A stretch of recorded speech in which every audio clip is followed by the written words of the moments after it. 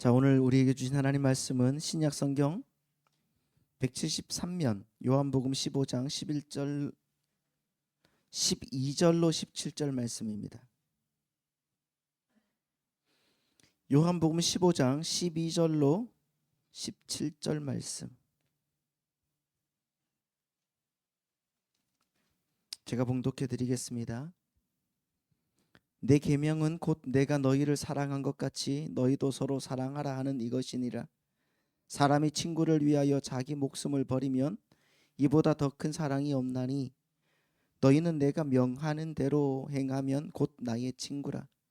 이제부터는 너희를 종이라 하지 아니하리니 종은 주인이 하는 것을 알지 못함이라. 너희를 친구라 하였노니 내가 내 아버지께 들은 것을 다 너희에게 알게 하렸음이라. 너희가 나를 택한 것이 아니요 내가 너희를 택하여 세웠나니 이는 너희로 가서 열매를 맺게 하고 또 너희 열매가 항상 있게 하여 내 이름으로 아버지께 무엇을 구하든지 다 받게 하려 함이라. 내가 이것을 너희에게 명함은 너희로 서로 사랑하게 하려 함이라. 아멘. 자, 오늘 또 주님께서 우리를 이끄시고 인도하여 주신 은혜가 클 줄 믿습니다. 오늘 하나님 말씀으로 여러분 은혜를 많이 받으시고 믿음으로 온전하게 나아가시기를 부탁드립니다. 지난주에 우리가 이제 너희가 내 안에 거하고 내 말이 너희 안에 거하면 무엇이든지 구하는 대로 믿으라 그리하면 주시리라 이 말씀을 우리가 이제 봤었습니다. 그래서 우리가 기도가 어떤 것인지에 대해서 여러분들께 간략하게 말씀을 드렸죠. 기도는 이런 것이다. 그 내용이 바로 우리 주보 안에 있습니다. 오늘 한번 찾아보시고요. 오늘은 예수님의 친구, 정말 우리가 정말 예수님의 친구인가, 아니면은 친구 대신 예수님께서 불러주셨는데 정말 우리를 불러주신 그 예수님께서 우리를 왜 부르셨는지에 대한 어떤 목적에 대해서 우리가 한번 생각을 해보고자 합니다. 오늘 한번 그 목적을 보기 전에 한번 우리가 16절 말씀을 한번 보도록 하겠습니다. 16절 말씀을 같이 보시면은 주님께서 우리를 뭐라고 선언하는지 자 지금 한번 보시기 바랍니다. 주님께서 어떻게 말씀하시는지 시작. 너희가 나를 택한 것이 아니요 내가 너희를 택하여 세웠다 그러시죠. 너희가 나를 택한 것이 아니요 내가 너희를 택하여 세웠다.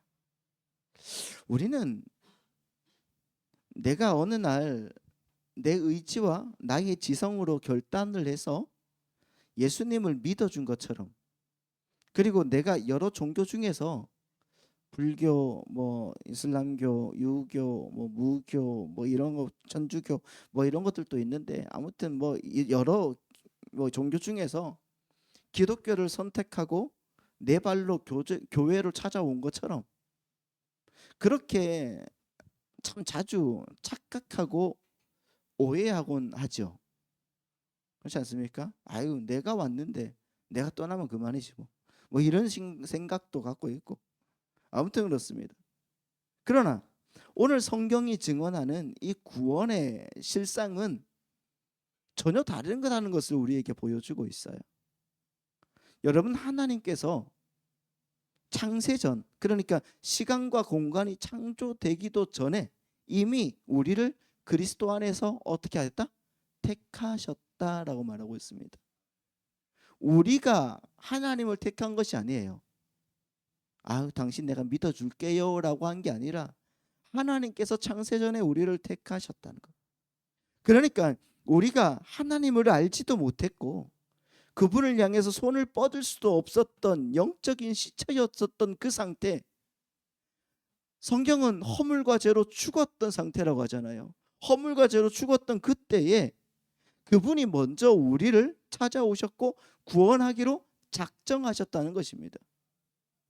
그래서 하나님의 주권적인 그 선택과 창세전 그 구원의 그 작정, 이것이야말로 우리 구원에 흔들리지 않는 절대적인 기초가 될 수밖에 없다는 것을 여러분 기억하고 생각하셔야 된다는 것입니다. 생각을 해보십시오. 어떤 배가 있어요. 그 배가 칠흑 같은 그 어두운 밤에 거친 풍랑을 만나서 어떻게 수도 쓸 수도 없기 전에, 쓰기도 전에 뒤집히고 바닷물 속으로 깊은 곳으로 빠져버렸습니다. 거기에서 여러분 의식을 잃은 채 가라앉은 사람을 한번 상상해 보십시오. 물에 빠진 사람은 어떤 자기를 구원해 줄 자를 선택하거나 아니면 구조 요청을 할 수 있는 상태가 아니죠. 그렇지 않습니까? 그저 어둠 속으로 무기력하게 가라앉을 뿐이란 말이에요. 바로 그때 누군가가 차가운 바닷속으로 몸을 던져서 그 의식 없는 사람을 강한 팔로 끌고 끌어안아서 무추로 건져 올리는 거예요. 우리의 구원이 바로 그런 거란 말입니다. 만약에 나의 구원이 내 결단과 내 열심에 달려 있다면은 여러분, 내 감정이 식어버리고 내가 시험에 들 때 내 구원도 맥없이 흔들릴 수밖에 없는 겁니다. 여러분, 그런 경험 여러분 많지 않았습니까? 하지만 하나님께서 당신의 절대적인 주권으로 내가 아무것도 할 수 없던 그 비참한 상태에서 나를 지목하여 택하셨기 때문에 우리의 구원은 영원히 안전하고 파괴될 수가 없다는 것을 여러분 우리에게 믿음을 주셔서 알게 하셨지 않습니까? 그래서 여러분 우리는 안전한 것입니다.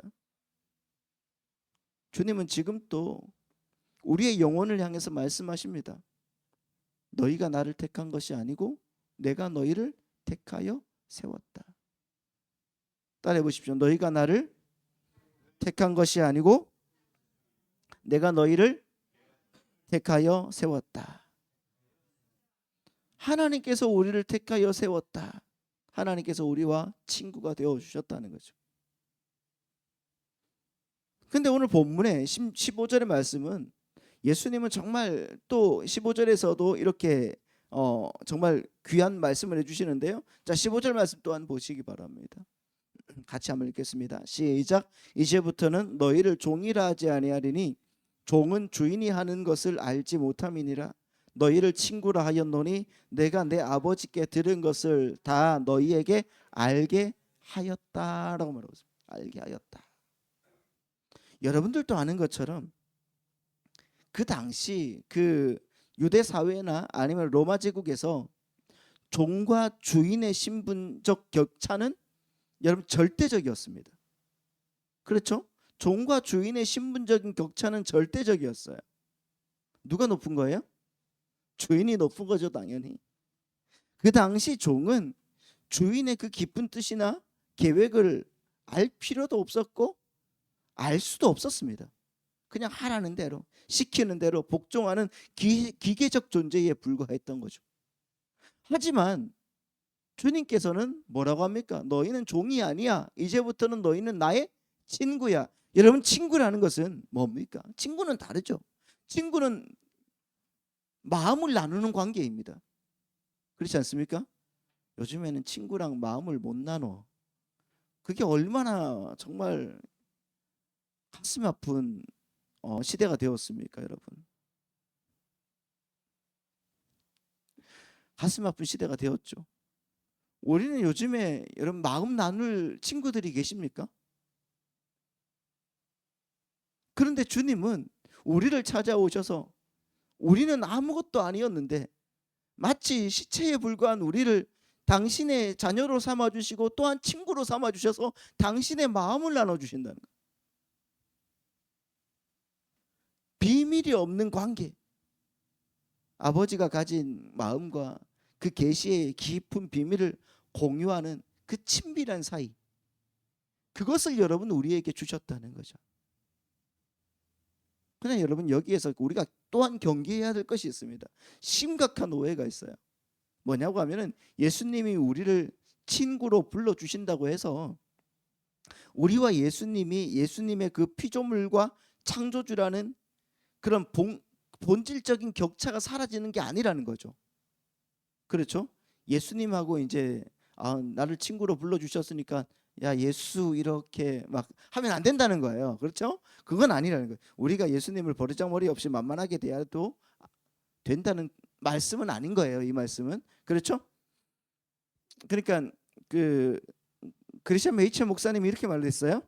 그 역사적 기독교 신앙의 본질은 뭐냐고 하면은 창조주 하나님과 피조물인 인간 사이에 결코 넘어설 수 없는 거룩한 도덕적 신학적 질서와 격차가 존재함을 명확하게 파악하는 데 있다라고 말합니다. 그러니까 보십시오. 주님은 여전히 만유의 주이시고 만왕의 왕이십니다. 맞습니까? 당신의 피로 우리를 사신 거룩한 왕이십니다. 예수님은 여전히 우리의 주님이지만 당신의 비교할 수 없는 그 은혜와 신비로운 그 낮아짐을 통해서 우리에게 당신의 마음과 계시를 비추어 주시는 그 친밀함의 그 자리, 곧 친구의 자리로 우리를 끌어올려 주신 거예요. 그러니까 우리로 내려오신 것도 맞지만은 우리를 끌어올려 주신 거예요. 여러분, 세상에 존귀한 왕이 보잘것없는 시골 농부를 찾아와서 세상이 어떻고 국정이 뭐 이렇고 하면서 국정의 비밀과 자신의 그 마음을 털어놓으면서 당신은 나의 동반자고 친구다 이렇게 말해준다면은 그것은 농부가 왕과 같은 위치가 되어서가 아니잖아요. 왕의 한량없는 그 인자와 겸손 때문인 거예요. 우리 주님께서 우리를 친구라고 부르실 때 하나님 아버지가 가지고 계신 그 구원의 비밀과 하나님 나라의 비밀을 성령을 통해서 우리 영혼 가운데 드러내어 알게 하신다는 거죠. 그 비밀을 맛보는 우리 성도님들 되시기를 예수님의 이름으로 축원합니다. 그렇다면 거룩하신 주님께서 어떻게 감히 우리 같은 죄인을 종의 자리에서 친구의 자리로 옮겨 놓으셨는가? 어떻게 옮겨 놓으셨습니까? 그 말씀이 13절에 있어요. 13절 말씀 보시겠습니다. 함께 13절 말씀 다 같이 시작. 사람이 친구를 위하여 자기 목숨을 버리면 이보다 더 큰 사랑이 없다라고 말하고 있죠.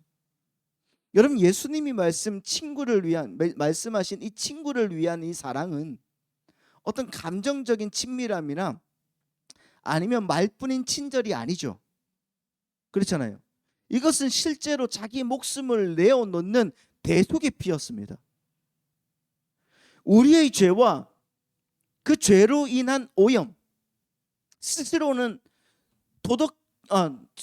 도저히 벗어날 수 없는 그 부패함, 그것은 사람이 도덕적 결단이나 선행으로 씻어낼 수 있는 성질의 것이 아니더라는 거예요.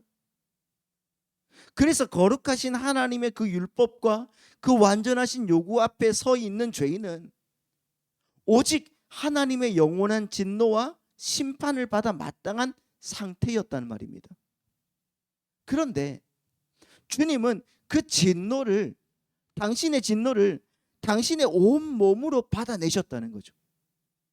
예수 그리스도께서 십자가에서 흘려내신 그 보혈, 당신의 목숨을 속전으로 내어주신 그 단번에 그 완전한 그 대속 제사만이 우리 안에 거하는 죄의 오염과 그 권세를 뿌리 뽑고 우리를 온전하게 해줄 수 있었다는 것입니다. 그러니까 여러분, 주님의 그 희생적인 그 사랑이 우리를 친구로 만든 것이지 내가 무언가를 해서 당신과 친구가 되었다는 것이 아니란 말입니다. 오늘 내가 거룩하게 하나님 말씀을 듣고 하나님께 헌금도 많이 하고 하나님의 그 은혜로 내가 나아가겠다고 작정도 하고 또 사람들과의 관계에서 친밀하게 온전하게 이렇게 잘 나갔다고 해서 여러분 그러게 주님과 친구가 되는 것이 비결이 아니에요. 택해 주신 주님의 그 은혜가 우리 가운데 임할 때에만 가능하다는 거죠. 밤에 그 예를 들어서 밤에 건물에 한번 불이 났다고 한번 생각을 해보십시오. 그 건물이 거센 그 화염에 휩싸여서 사람들은 다 도피하고 도망갔는데 다 내려가서 이제 도피했는데 어떤 아이가 하나가 이제 겁나서 이제 옥상으로 이제 올라가서 구원을 요청하고 있습니다. 근데 아무도 없고 이제 홀로 이제 갇혀 죽어가고 있는 거예요. 너무 뜨겁고 너무 힘들고 어떻게 해야 될지 몰라.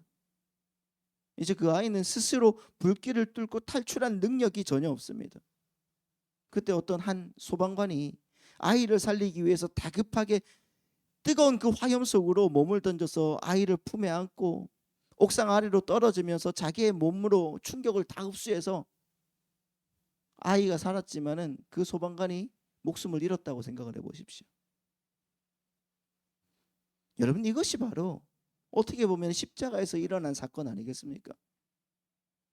그 십자가를 바라볼 때 우리는 거룩하신 하나님의 그 불꽃 같은 공의와 죄인을 향해 쏟아 부어지는 그분의 한량없는 사랑이 동시에 마주하는 복음의 정점을 발견할 수가 있는 겁니다. 여러분 그렇게 십자가는 하나님의 그 완전한 공의가 만족함과 동시에 죄인을 향한 주님의 그 부드러운 그 애정이 그리고 사랑이 감격적으로 폭발하는 현장이 바로 십자가의 현장이죠. 여러분, 하나님의 그 거룩한 진노와 그 공의의 잔이 십자가 위 그리스도의 영혼에 맹렬하게 쏟아졌고요. 그리고 주님은 그 지옥의 고통과 하나님으로부터 버림받은 그 절망에 기꺼이 여러분 감당했단 말입니다. 하나님의 진노가 얼마나 두려운지, 그리고 동시에 그분이 나 같은 자를 살리기 위해서 쏟으신 애정이 얼마나 크신지, 그 뜨거운 거룩한 불길을 하나님은 우리 영혼으로 알아차리게 하시고 십자가 앞에서 진정으로 복음의 영광을 보게 만드시는 겁니다.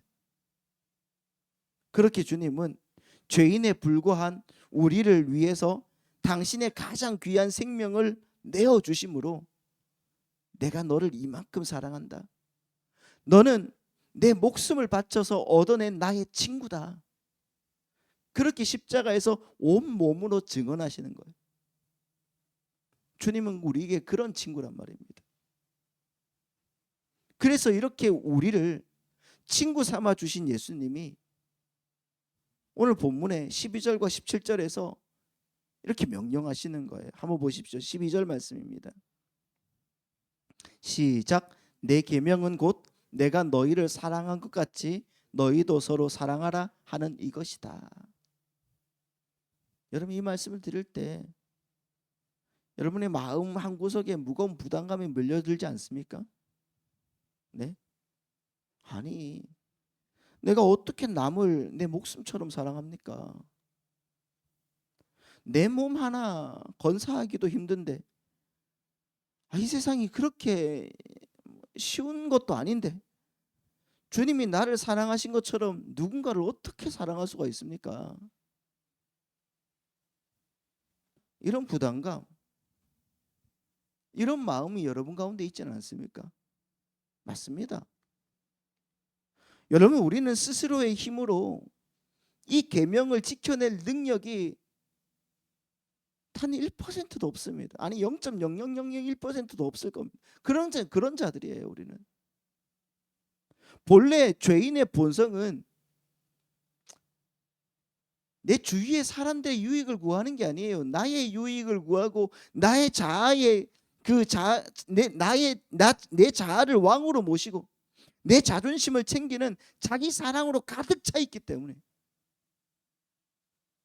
오늘 솔직히 여러분, 나는 누구인지를 한번 생각을 해보십시오. 어떤 존재인지를 생각을 해보세요. 후자 아닙니까? 먼저 내가 십자가에 못 박혀 그를 위해서 죽을 수가 있습니까? 여러분, 우리가 이 세상에서 경험하는 수많은 열심과 도덕적 노력은요, 엄밀히 말해서 내 자아를 확장하고 스스로를 의롭게 여기려는 그 죄인의 비참한 발부둥일 때가 너무나 많지 않습니까? 마치 지독한 그 악취를 풍기는 쓰레기 더미 위에 아무리 여러분 화려하고 향기로운 그 비단옷을 덮어 놓아도 그 속에서 나오는 그 부패한 본질을 가릴 수가 없는 것과 마찬가지 아닙니까? 그렇게 인간은 본질적으로 하나님을 사랑할 수도 이웃을 온전히 사랑할 수도 없는 무능력한 존재에 불과하다는 겁니다. 하나님이 우리를 부수시고 우리의 자랑과 의를 십자가 앞에 전면 해체시킬 때까지 우리는 그렇게 살아갈 수밖에 없어요. 그래서 여러분, 하나님께서 그렇게 다 해체시킬 때 비로소 우리는 내 힘으로는 단 한순간 또 사랑할 수가 없겠군요. 없구나. 그거를 여러분 철저하게 자기 부인의 경험을 하게 되는 겁니다. 성경이 우리에게 여러분 서로 사랑하라 하실 때 우리는 도덕적 자책감에 시달리라는 뜻이 아니라 다시 십자가의 은혜를 바라보라는 초청이라는 것을 여러분 기억하시기 바랍니다. 메마르고 가뭄이 든 황무지에서 여러분 풀 한 폭이 자라날 수가 없는 것처럼 우리 자아 속에는 사랑이라는 그 열매를 맺을 수 있는 수분이 전혀 없습니다. 그러나 그 메마른 땅 위에 하늘에서 마르지 않는 폭포수 같은 단비가 쏟아진다면은 그 땅은 비로소 생명력을 얻고 꽃을 피우게 되는 거잖아요. 우리가 주님의 마음으로 이웃을 사랑할 수 있는 유일한 길은 내 안에서 사랑을 쥐어짜는 게 아니에요. 쥐어짜는 게 아니라 날마다 성령으로 말미암아 십자가에서 나를 위해 죽으신 그리스도의 사랑이 내 심장과 영혼에 충만하게 부어지는 것입니다. 나의 무능력함을 인정하고 성령의 역사를 의지할 때 내 주관적인 감정이나 열심에 휘둘리는 것이 아니라 주님의 객관적인 말씀의 진리 위에 바로 서서 참된 사랑의 열매를 맺어가게 되는 것이란 말입니다. 오늘 본문에서 주님께서 그렇게 말씀하십니다. 9절에서 10절 말씀 한번 보시죠. 시작. 아버지께서 나를 사랑하신 것 같이 나도 너희를 사랑하였으니 나의 사랑 안에 거하라. 내가 아버지의 계명을 지켜 그의 사랑 안에 거하는 것 같이 너희도 내 계명을 지키면 내 사랑 안에 거하리라. 아멘. 아멘이십니까? 우리가 주님의 사랑 안에 거하고 그 사랑으로 서로 사랑하게 되는 그 원리는 성경의 다른 말씀들과 완벽하게 맞물려 있는 거예요. 한 말씀 보시겠습니까? 여러분 로마서 5장 8절 말씀을 한번 보십시오. 자, 로마서 5장 8절 말씀은 이렇게 되어 있습니다. 우리 10절까지 한번 쭉 한번 읽어봅시다. 시작. 우리가 아직 죄인 되었을 때에 우리를 위하여 죽으심으로 하나님께서 우리에 대한 자기의 사랑을 확증하셨느니라. 그러면 이제 우리가 그의 피로 말미암아 의롭다 하심을 받았으니 더욱 그로 말미암아 진노하심에서 구원을 받을 것이니 곧 우리가 원수 되었을 때에 그의 아들의 죽으심으로 말미암아 하나님과 화목하게 되었은즉 화목하게 된 자로서는 더욱 그의 살아나심으로 말미암아 구원을 받을 것이니라. 아멘. 무슨 말씀입니까? 우리가 아직 죄인 되었을 때에 하나님과 원수 되었을 때에 아무런 자격도 조건도 없을 때에 그리스도께서 자기 목숨을 버리심으로 우리를 당신의 친구로 끌어안아 주셨다는 겁니다. 여러분 이보다 더 큰 사랑이 어디 있겠습니까? 이보다 더 큰 은혜가 어디 있습니까? 이것을 알고 가는 주의 백성들은 큰 복이 있을 것입니다. 그리고 여러분 요한일서 4장 10절 한번 보십시오. 여기에서는 여러분 그 사랑의 출처가 분명하게 우리에게 전달됩니다. 시작. 사랑은 여기 있으니 우리가 하나님을 사랑한 것이 아니요 하나님이 우리를 사랑하사 우리 죄를 속하기 위하여 화목제물로 그 아들을 보내셨음이라. 사랑하는 자들아 하나님이 이같이 우리를 사랑하셨은즉 우리도 서로 사랑하는 것이 마땅하도다. 여기에서 여러분 누가 사랑했다고 하고 있습니까? 하나님이 누구를? 우리를. 하나님이 우리를 사랑하신 거예요. 우리가 하나님을 사랑한 게 아니라. 그래서 하나님이 우리를 사랑하셨기 때문에 우리도 서로 사랑하는 것이 마땅하다라고 말하고 있는 겁니다. 우리가 서로 사랑할 수 있는 유일한 원동력과 근거는 우리가 본래 하나님을 사랑해서가 아니라고 말하고 있죠. 하나님이 우리를 이같이 사랑하셨고 그 사랑을 받았기 때문이다. 이 흘러 넘치는 대속의 사랑이 우리의 영혼에 부어질 때 비로소 우리는 열매를 맺게 된다는 것입니다. 여러분, 오늘 16절 말씀처럼 주님이 우리를 택하여 세우신 목적은 바로 세상에 나가서 그 사랑의 과실을 맺고 그 과실이 항상 있게 하려 함이다라고 말하는 것입니다.